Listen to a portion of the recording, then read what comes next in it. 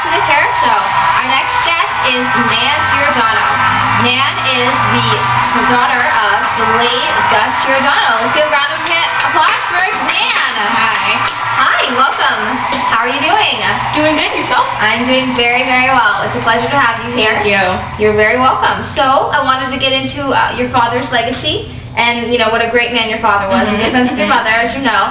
And I know that Gus is just a great guy, and he's been, you know, very influential in America, and especially in jazz dance. Yes. He actually started when he was around 5. He went to New Orleans and started learning moves like the Charleston, and that's where he really began learning about jazz dance and music and what was of jazz dance around back then. Yeah, so he really started when he was a child. He studied with local dance teachers, artists who visited. One of his favorite was actually Minette Buckman. Wow. But when he was a child, there was actually no jazz dance classes available, so he really just started in ballet and theater dance when he was a child. So, Cool. yeah. That's awesome. Great. And I know your father was in the Marines during World War II. Yes, he joined the Marines. And what actually happened was he was actually assigned to a performing group. And they performed all around the country for different Marine bases, like in different shows like the Hollywood Canteen. And the start of this actually started him in wanting to do Broadway. Oh, wow. I see. So after the Marines and him thinking about Broadway, what did he do? He actually went to New York City in hopes of actually starting a Broadway career. And during his stay, he actually studied with different people like Anaya Home, Katherine Dunham, Alwyn Nicholas, and he was a part of different dancing groups that performed at the Roxy Theater. And they performed like 4 or 5 shows a day, but his Broadway career never really took off, so never really got his foot in the door. Yeah. And so after he left New York, what exactly did he go do? After New York, he actually decided to go back to St. Louis for college, just so he can finish up. He met my mom, Peg, and they actually, when we got married in Detroit, and they had me, Amy, Patrick, and Mark. But after that, after they actually went to New York City to try to give Broadway one more shot. So they were there for 6-7 months, and he actually landed his first Broadway musical, Wish You Were Here. He's been in Paint Your Wagon on the Town. He's been in a couple television shows, so he really got his foot in the door. Yeah, definitely. Going back the second time. Very great. And was it as fulfilling as he'd like to be? Why did he stop doing that? He never really found or got the enjoyment out of it. Yeah, definitely. Like he thought he would. So he ended up moving back to Chicago, and that's where he opened the first dance studio in '63. Wow. Which is the Chicago Dance Incorporated Chicago. And it was actually a bowling alley.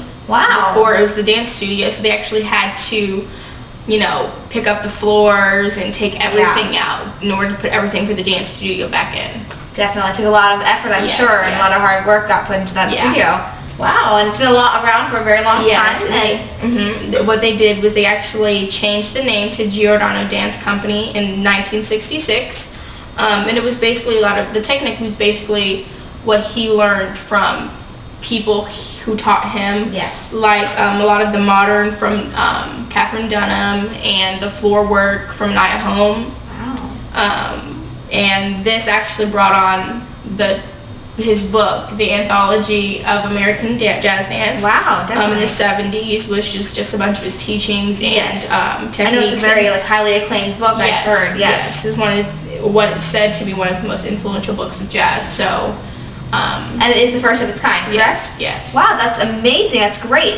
And I know that somehow something about Russia. I've heard he toured with the Soviet Union in the 70s. Yes. A couple years after the studio had opened, some Bolshoi ballet dancers actually came out and they met him and they decided that they wanted to see what jazz dance really was. Yeah. So they asked him to perform for them, and he got some of his senior students.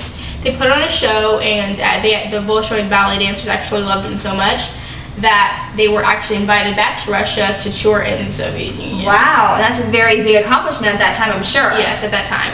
No one's ever really done that before. Wow. So he kind of made his mark in the dancing world. Definitely. I mean, that's absolutely amazing. And I know, can you tell me a little bit about the Jazz Dance World Congress and what that's really about? Yes, what that is it's a 5 to 6 day event that goes on all across the world, different locations in different years. What it is they basically have an appreciation and they talk about and do dancing and what jazz dance, American jazz dance really is. Yeah. And they've been to different places in the United States, Arizona, Chicago. They've been out of the country. They've been to Mexico, Japan, Germany, Russia. So it's a really big thing. And they just actually got back last year from Chicago. Wow. So great. And can you actually tell me a little bit about your father's, more about some of his awards and more of his accomplishments that he's won? Yes, he's actually in the 80s. He actually won an Emmy, a PBS award, and an Ohio State award for his television show, The Rehearsal. And in 2005, he actually received the Heritage Award for the National Dance Association. Wow. So he's made quite an accomplishment in the dancing world and throughout his career. That's amazing. That's amazing. And I'm sure his book was a big accomplishment as well, as we said before. That's really great. And how did you know, I know your father, obviously he influenced a lot of people, a lot of jazz dancers. Can you tell me a little bit more about who he influenced and like how that came about? And what happened is after the start of his the jazz dance company opening, he actually, through all the students who have come in and who have worked with them, a lot of them actually have become choreographers, actors, dance teachers themselves. He really just teaches what he's learned and teaches them to have their own style while teaching them his. Yes, definitely. And trying to get them to, if dance is what you want, then go for it. You know, like how he did Broadway the second time. So he really just gives inspiration to a lot of his dancers. I can definitely tell. And I know that your mom who's a good friend of mine. There's a PEG scholarship, I believe. Yes, it's the PEG Giordano scholarship that my sister Amy came up with. It's basically looking for students, not just female students, who really had a lot of the qualities that my mom had. They were hard workers. Definitely. Just put a lot of effort, time, and energy into what they did as dancers. Like last year, Lauren Tang actually won the scholarship, and she's working with us right now. That's great. In the studio, so which is the Giordano Jazz Dance Chicago. Yes, which is where you're actually the artistic director. Yes, I am. Which is a very, very big accomplishment for her. So let's give her a round of applause, ladies and gentlemen. Okay. Thanks. Thank you. It's really great. I'm so excited for you. It's a big accomplishment. Very great. Turning out, just like your father, different girl version, of course. And can you actually? I know that the new winner will be announced very soon. Yes. I believe tomorrow or the 25th of April, I believe. Yes, it's really soon. It's going to be this coming up week, and we're actually having it in the studio. We're getting all of the things together. It's kind of going to be like an award ceremony. So it's a big deal. Yes, to give out all the different scholarships we do have. Some of the scholarships that we do have, other than the PEG Giordano scholarship, is the one for Amy. And so all of us actually have our own scholarships. There's all little things going along for it, which is really, really great.